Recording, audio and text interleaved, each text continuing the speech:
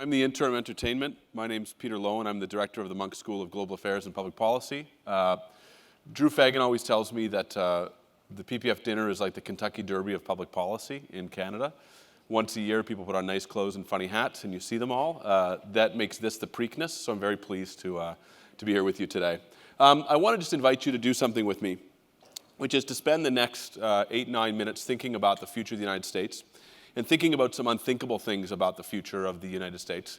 And then I actually want to do, in kind of a practice of shameless institutional self-promotion, invite you into a project that the Munk School will be doing over the next 3 years. So let me just ask you to imagine 4 different futures for the United States. Imagine a future in which the United States effectively vacates the international order.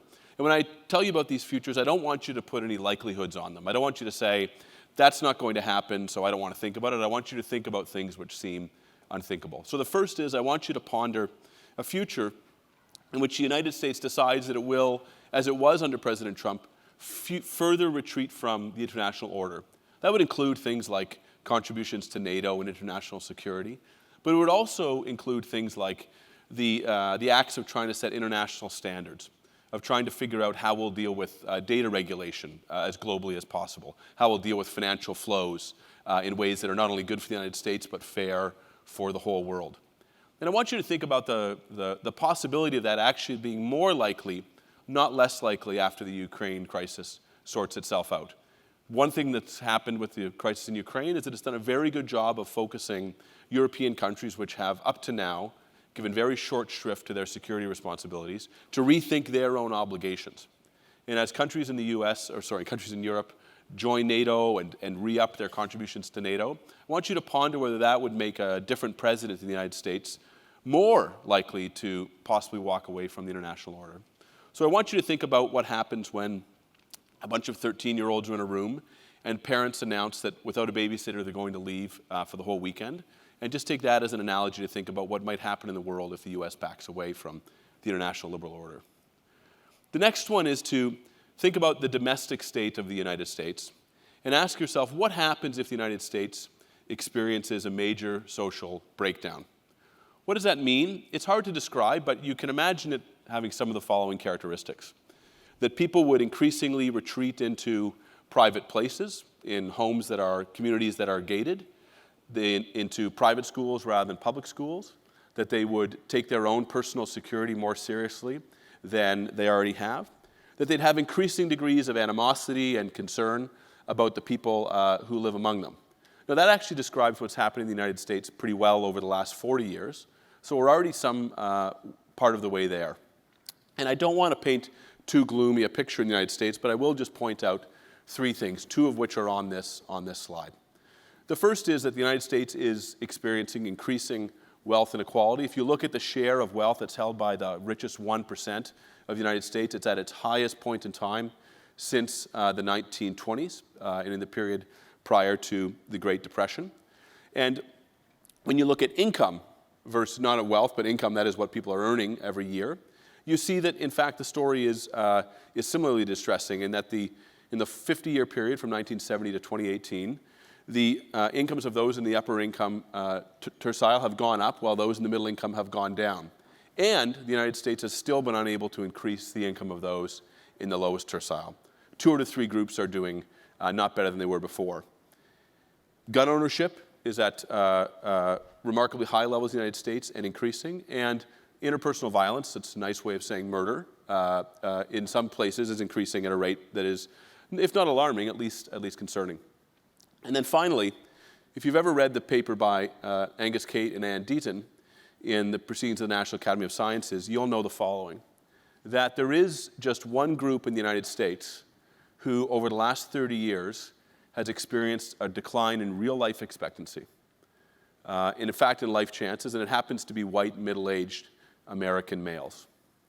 If you think about where the wells of anger are in the United States and where the wells are of animosity towards other people, if you think about the places that, let's say, badly intentioned politicians want to tap to find political oil, it's among those people.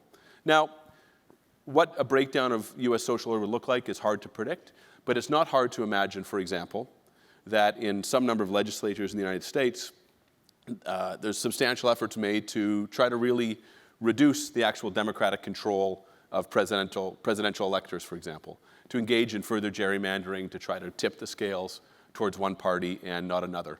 All of these things should be concerning to us if we're worried about the capacity of democratic responses to constrain social breakdown. So I don't want to be too gloomy, though, but I want you to imagine both the United States walking off the world stage and the United States experiencing major social breakdown, and then ask what Canada should do. But there's two other possibilities that I'd ask you to ponder in this. The first is, what happens if the United States doubles down on a rules-based order? If seeing what's happened in Ukraine and coming to understand that actually the world is once again a serious place that needs serious people and needs a serious enforcement of things like national sovereignty, if the United States reconciles itself to the fact that, in fact, it's violated national sovereignty of two countries in pretty serious ways in the last 25 years, if it decides that actually it wants to recommit itself to creating a rules-based order, and it wants to find a way, for example, to do it alongside China, what does that mean for the world? If it enters into this kind of strategic competition that people like Kevin Rudd are talking about in the avoidable war, what does that look like for the evolution of the international order? In a lot of ways, it's a positive thing. And imagine the United States goes even farther and decides that it wants to take the regulation and the framework setting for AI and data and all these emerging technologies that we have very seriously, and it decides to redouble or triple its efforts to deal with standard-setting bodies, and decides that it's going to be the principal game in town for regulating the AI world and the world of privacy and data, not the EU, and it's going to do it in a way that tries to bring China on side. That's a possibility as well. I think it's a hopeful one. I don't know that it's a likely one, but it's one that actually matters for Canada in important ways, which I'll talk about in just a moment. And then domestically, just imagine one other scenario, which is that the United States genuinely leads the next industrial revolution, that it figures out how to set a framework in which people's data can fuel and the general purpose technologies of AI can actually fuel economic innovation all the way through industries, all the way through different social classes, and can do it in a way that actually returns a sort of inclusive prosperity, which we hope for now, but we haven't yet seen. Imagine the United States enters a new American century like it did in the 1950s, when it decided to use advanced manufacturing and effectively good blue-collar jobs to buy several decades of domestic peace.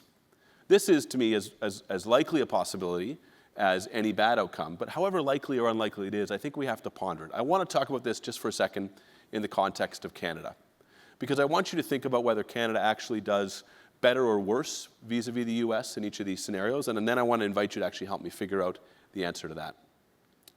I teach game theory at the Munk School, and in game theory we have a definition of strategy which most people don't recognize, but the definition is that the strategy is the action you would take in every circumstance. It's not what you're going to do because you think there's certain things in the world that are likely and you're going to follow that path.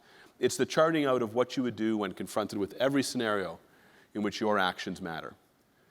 What's Canada's strategy right now for this world that's changing? And just vis-a-vis the United States, what precisely are we doing to prepare for a world in which the United States at once vacates the liberal order and experiences domestic breakdown? Are we talking about it? Have we thought about it? What's the best thing for Canada to do? What's the best thing for our principal allies to do? But equally, what's the best thing that we should be doing if the United States decides that it actually wants to have several decades of growth on the back of AI and other emergent automating technologies, and it decides that it wants to do it in a way that's going to rebuild and reshore American industry? What exactly are we doing in that scenario where we have, I was talking to Taiki Sarantakis about this today, where we have precisely two pieces of paper in Canada that are guiding how we make automated decisions, and we have no framework for the governance of data in the way that the Europeans have it right now. Are we ready for this? Here's the challenge, right? We live in a really asymmetrical world in which we rely much more on the US than the US does on us.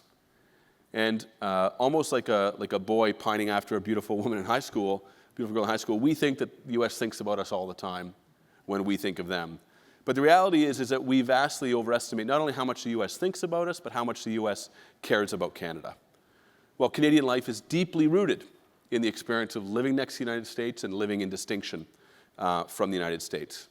Our policy infrastructure, I want to submit to you, assumes a good relationship with the United States, and it has embedded in that certain assumptions about how the world is going to continue on. It has embedded in that a sense that we can just adopt some of the regulatory frameworks of the U.S. that will always work for us, for example. And it has a sense that the U.S. will be happy to carry us along through the big storms. We're not prepared from the level of geopolitics or security for a breakdown in the United States, and we're not really prepared for a world in which the U.S. starts to vacate the liberal order. If it does, and Europe becomes ascendant again vis-a-vis an aggressive Russia or an aggressive China. So what I would ask you to do, if this will advance, is, there we go, sorry. I'd ask you to think about what menu of strategies we could have in Canada to deal with different possible United States. That you would think about how we could map out what exactly we would do in every circumstance along those two dimensions of continued international engagement or not, and domestic flourishing or domestic breakdown. And at the Munk School, we will invite you into this process, just as the PPF has done with their DIST United States, to help us think about how to forecast future exercises, to do a forecasting exercise to think about future United States and think about how we signpost those, to engage with us and our partners at Oxford and at Johns Hopkins, to think about what we should be doing to figure out what those futures are going to be, and then what we should do in response to those things at the level of domestic policy, of international policy and trade, and at the level of geopolitical politics. I won't ask you to do that tonight, because tonight's a night to celebrate the PPF after 3 years away, but when the dust settles, we'll look forward to all of your contributions. Thank you very, very much.